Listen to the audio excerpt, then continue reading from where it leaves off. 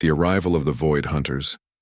The darkness between stars rippled like disturbed water as massive shapes tore through the fabric of hyperspace.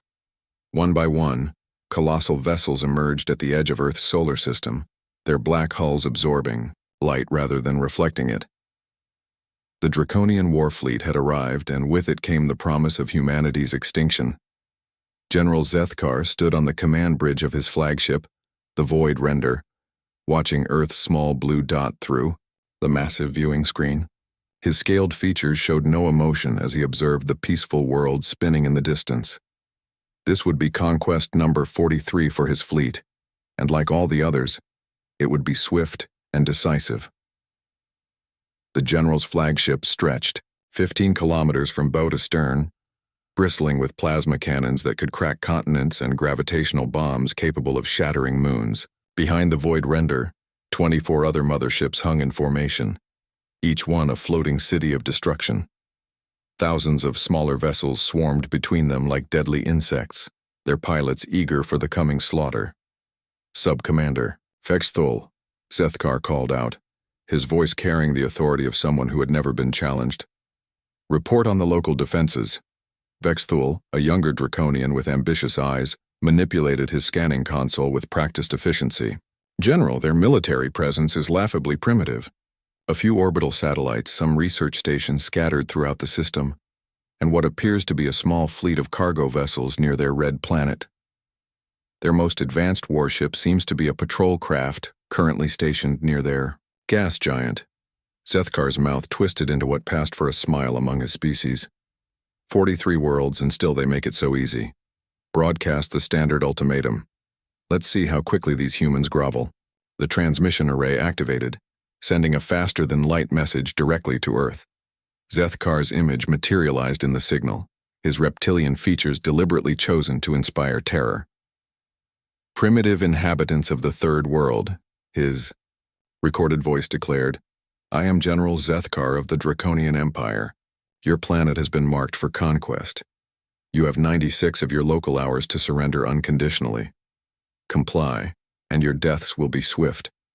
Resist, and we will make your extinction a lesson that echoes throughout the galaxy.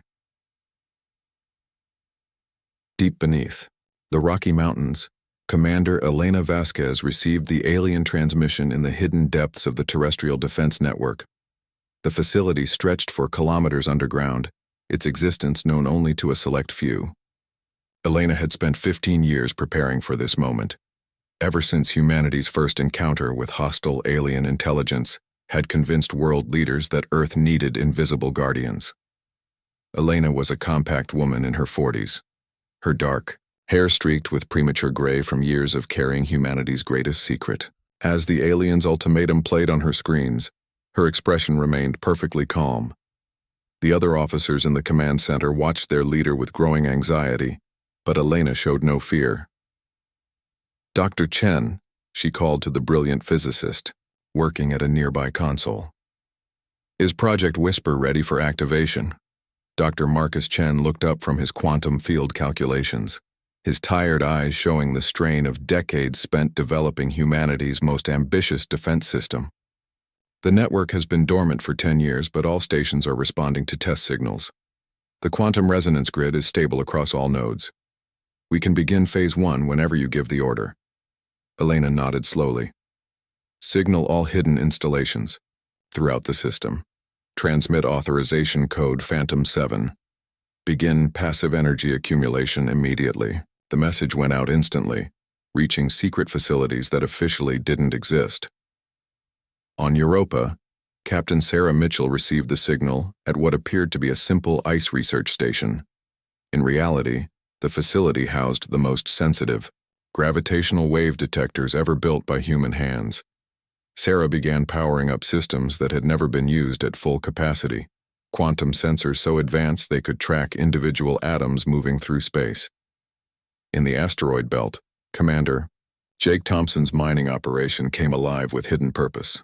Massive excavation robots that had spent years moving ore suddenly revealed their true function, uncovering weapon emplacements that existed outside normal space-time. Quantum field generators the size of buildings began their startup sequences, preparing to manipulate the fundamental forces that held reality together. The Draconian fleet settled into high orbit around Earth's moon, completely unaware that their every movement was being tracked by sensors they couldn't detect. General, Zethkar retired to his quarters, confident that another easy victory awaited. The humans had shown no immediate response to his ultimatum, no desperate fleet movements or frantic evacuation attempts. Just like all the others, they would accept their fate quietly. But humanity had learned something that 42 other civilizations had never discovered. Sometimes the most dangerous enemies are the ones who don't look dangerous at all.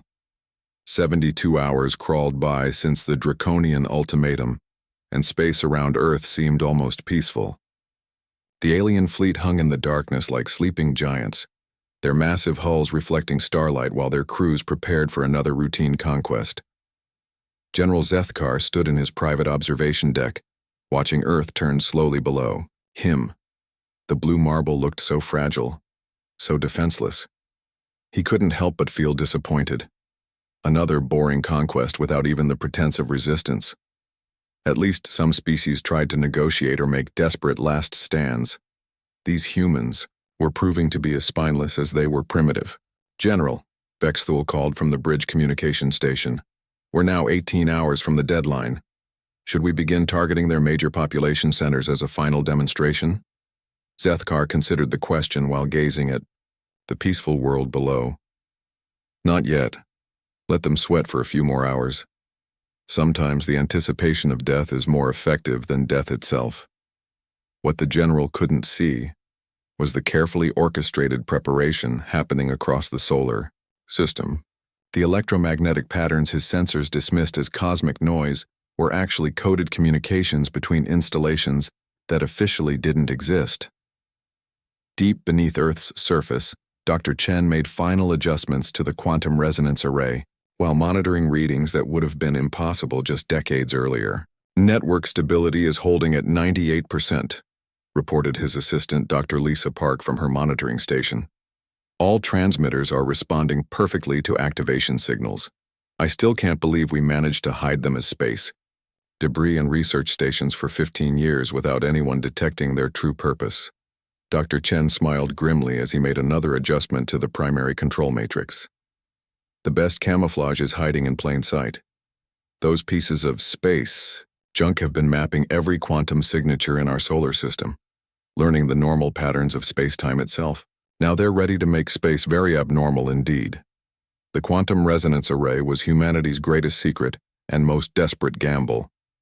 While other species focused on building bigger guns and stronger shields, human scientists had taken a completely different approach. They had learned to weaponize the fundamental forces that held the universe together. Instead of fighting reality, they had decided to make reality itself their weapon. Above them, the world continued its normal routine. News broadcasts discussed politics and weather, while completely ignoring the alien fleet hanging overhead.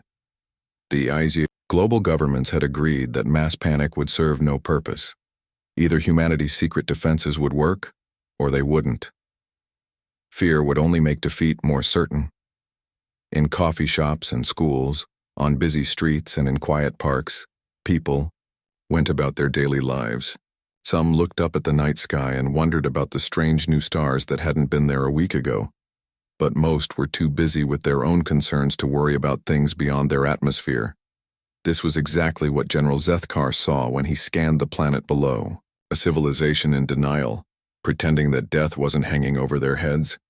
It disgusted him almost as much as it bored him. Where was the desperate resistance? Where were the futile attempts at negotiation? These humans were proving to be disappointingly predictable.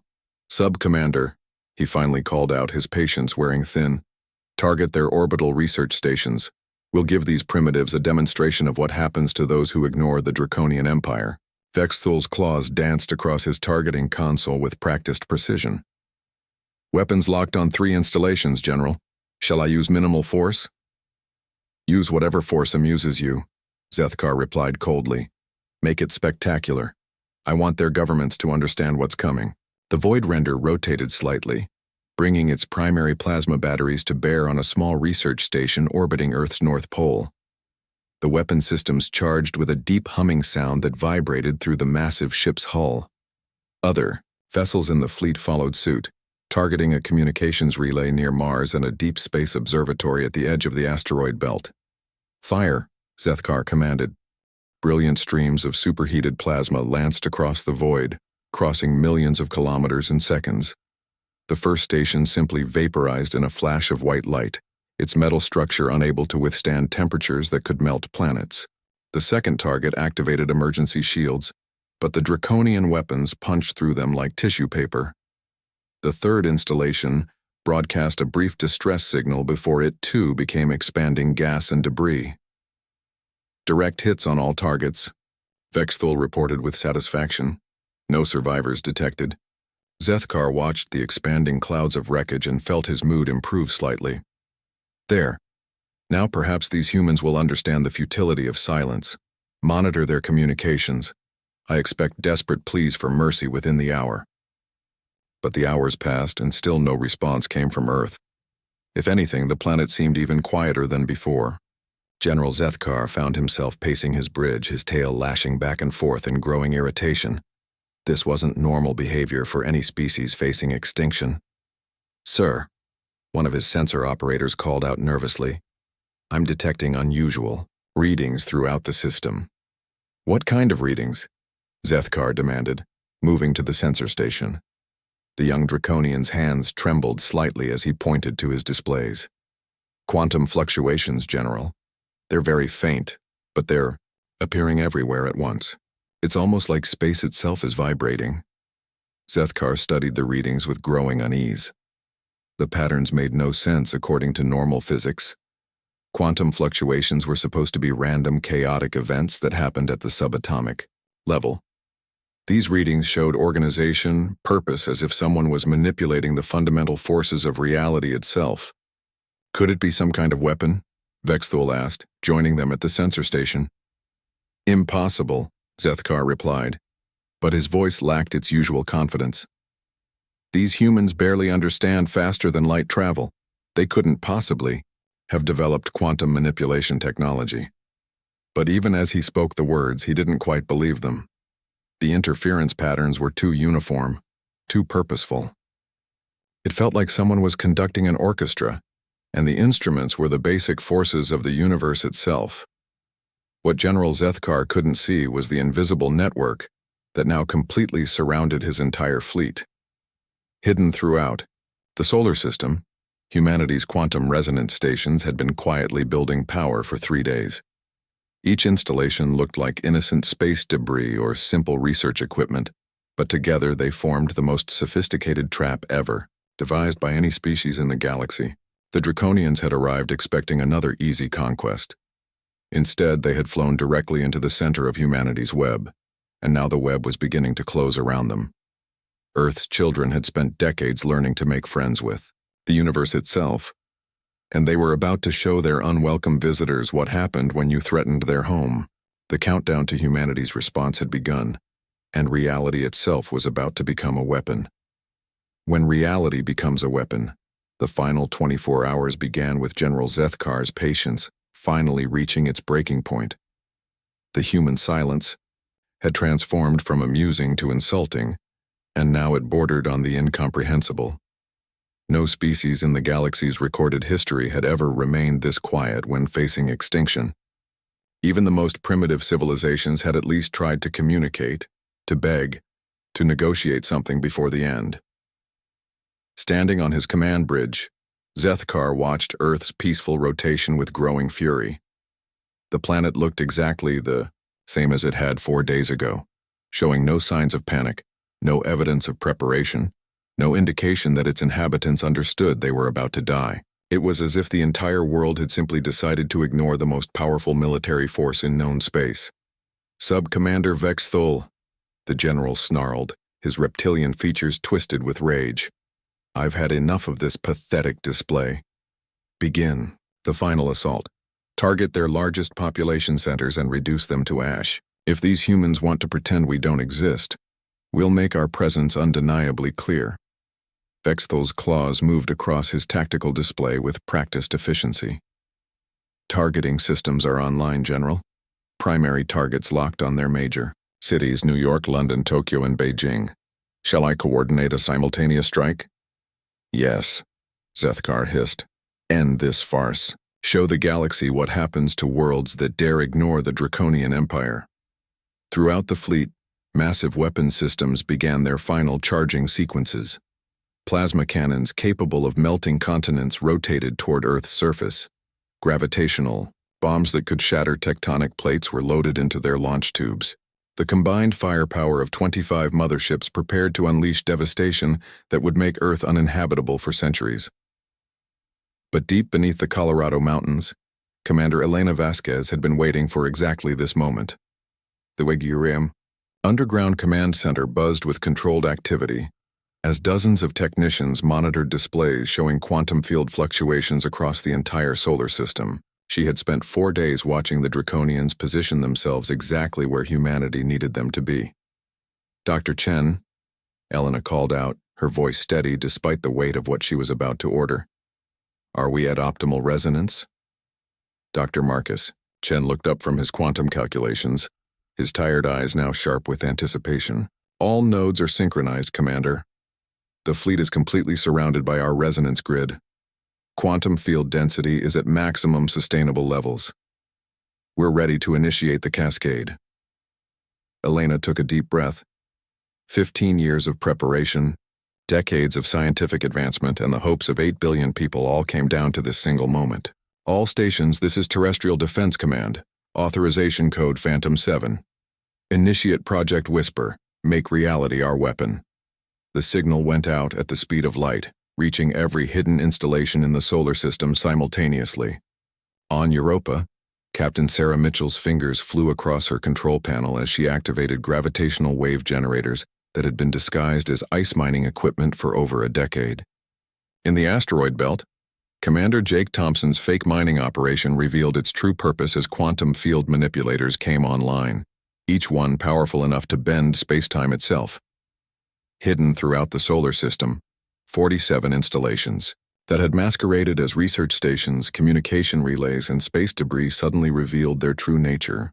They were nodes in a vast network designed to manipulate the fundamental forces that held the universe together. Humanity had spent decades learning to whisper to reality itself, and now they were ready to make it scream. The effect began subtly. General Zethkar was in the middle of issuing final targeting orders when his sensor operator called out in confusion. General, I'm reading massive quantum fluctuations throughout the local area. The patterns are unlike anything in our databases.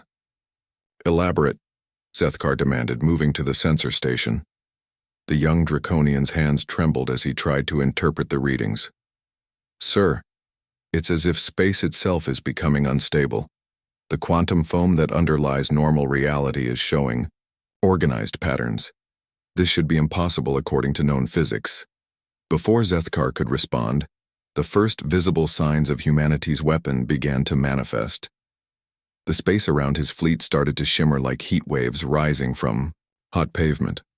Stars visible through the viewports began to distort, their light bending in impossible directions.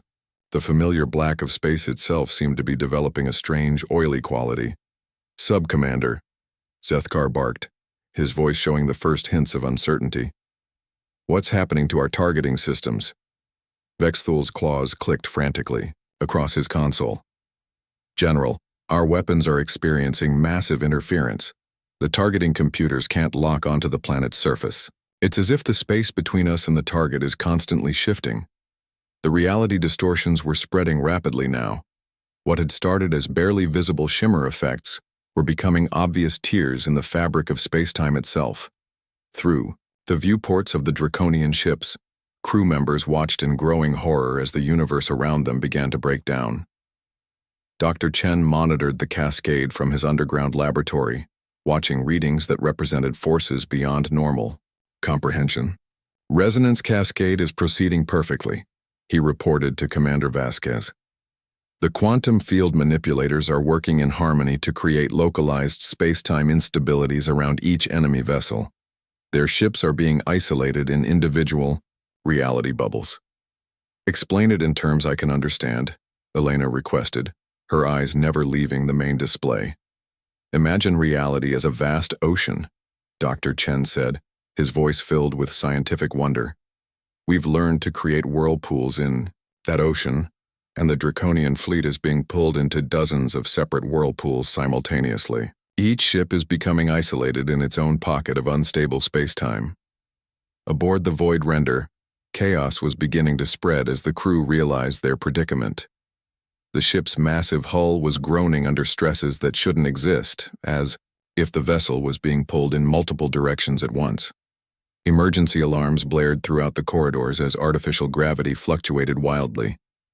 "General," the chief engineer reported over the communication system, his voice filled with panic. "Our hull integrity is failing, but not from any external attack. The ship's molecular structure is being affected by some kind of quantum interference. It's as if reality itself is rejecting our presence here." Zethkar felt something he hadn't experienced in decades of conquest. Genuine fear. His fleet had faced energy weapons, kinetic projectiles, and even exotic matter bombs, but nothing in Draconian military doctrine had prepared them for an enemy that could weaponize the fundamental forces of existence itself. "All ships, attempt to withdraw from the local area," he ordered. "Emergency hyperspace jump, maximum distance." But when his navigation officer tried to activate the hyperspace drives, nothing happened. The exotic matter containment systems that powered faster-than-light travel were being affected by the quantum distortions.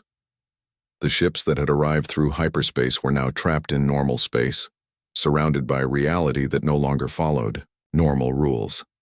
"Hyperspace drives are non-functional," Vex Thul reported, his voice cracking with fear. "The quantum distortions are interfering with our exotic matter systems. We're trapped here." Through the viewports, the Draconian crew watched in horror as space itself began to fold and twist around them. The other ships in their fleet were becoming distorted, their familiar silhouettes stretching and compressing as they were caught in humanity's reality trap. Some vessels appeared to be growing larger while moving further away. Others seemed to be shrinking while remaining at the same distance. The quantum cascade was reaching its peak intensity. Throughout the solar system, humanity's hidden installations were pouring energy into the space-time distortions, feeding the reality whirlpools that surrounded each enemy ship. The Draconians were discovering what happened when a species learned to make the universe itself their ally. "Sir," one of Zethkar's sensor operators called out, his voice filled with terror, "I'm detecting massive gravitational anomalies forming around our fleet. It's as if artificial black holes are materializing in the space between our ships." The general watched through his viewport as the space around his fleet became a nightmare of twisted physics. The darkness between stars was no longer empty but filled with visible distortions that bent light into impossible shapes. Some of his ships were beginning to disappear entirely, not destroyed but simply edited out of local reality. "This is impossible," Zethkar whispered, his arrogance finally cracking. "No species in the galaxy has this level of technological advancement. These humans were supposed to be primitives." Dr. Chen's voice echoed through the underground command center as he provided updates on the quantum cascade. 30% of the enemy fleet has been successfully isolated in collapsed space-time bubbles. Their ships still exist but are no longer part of our local reality. They've been moved to pocket dimensions where they can't affect our universe. "Are they destroyed?" Elena asked. "Not exactly," Dr. Chen replied. "They're in a state of quantum suspension. Their ships and crews exist in isolated reality bubbles where time moves differently. From their perspective, they're experiencing normal time flow, but from our perspective, they're effectively frozen in altered spacetime." As the cascade continued, more Draconian vessels began to disappear. Some ships were stretched across multiple dimensions, their crews experiencing time dilation effects that made minutes feel like hours. Others found themselves in reverse causality loops where effects preceded causes, and their own weapons fire traveled backward through time. General Zethkar watched his mighty fleet being systematically removed from existence by an enemy that had never fired a single conventional weapon. The humans had done something unprecedented in galactic history. They had learned to fight using the universe itself as their weapon system. "Open a communication channel to the human homeworld," he ordered, his voice hollow with defeat. Full, spectrum broadcast, maximum power. When the channel opened, Zethkar found himself speaking to empty space, unsure if anyone was listening. Humans of Earth, this is General Zethkar of the Draconian Empire. We surrender. We formally withdraw our claim to your world and request safe passage from your system. The response came immediately, transmitted from the hidden command, centered deep beneath the Colorado mountains. Commander Elena Vasquez's voice was calm and professional as she addressed the alien general. General Zethkar, this is Commander Elena Vasquez of Earth's Terrestrial Defense Network. Your surrender is accepted. However, your fleet's current situation is not entirely reversible. What do you mean? Zethkar demanded. Your ships are caught in quantum reality distortions, Elena explained. We can stabilize some of the effects, but your fleet will need to leave our solar system immediately. Any attempt to return, or to bring additional forces, will result in immediate activation of our quantum defense network. As Dr. Chen worked to partially stabilize the space-time distortions, roughly half of the Draconian fleet found themselves returned to normal space. The other half remained trapped in the reality bubbles, existing in a state of quantum suspension that would serve as a permanent reminder of what happened to those who threatened Earth. General Zethkar's remaining ships limped toward the edge of the solar system, their crews forever changed by their encounter with humanity's impossible weapon. As they prepared to jump to hyperspace, the general sent one final transmission back to Earth. Humans, he said, his voice filled with a mixture of respect and terror, you have created something that should not exist. You have made reality itself your weapon. The galaxy will remember this day. Commander Elena Vasquez watched the surviving Draconian ships disappear into hyperspace, taking with them a message that would change humanity's reputation throughout the galaxy forever. Earth was no longer seen as a primitive world ripe for conquest. It had become the planet that could break reality itself, the world whose defenders had learned to weaponize the fundamental forces of existence. Dr. Chen powered down the quantum resonance network, allowing space-time to return to its normal state. The crisis was over, but the implications would last forever. Humanity had announced its presence to the galaxy, not with bigger guns or stronger shields, but by proving they could rewrite the rules that governed the universe itself. The Draconians would carry the story of Earth's silent fury to every corner of the galaxy, warning other species that some worlds were too dangerous to conquer. Humanity had become the civilization that turned reality into their weapon, and the universe would never be the same.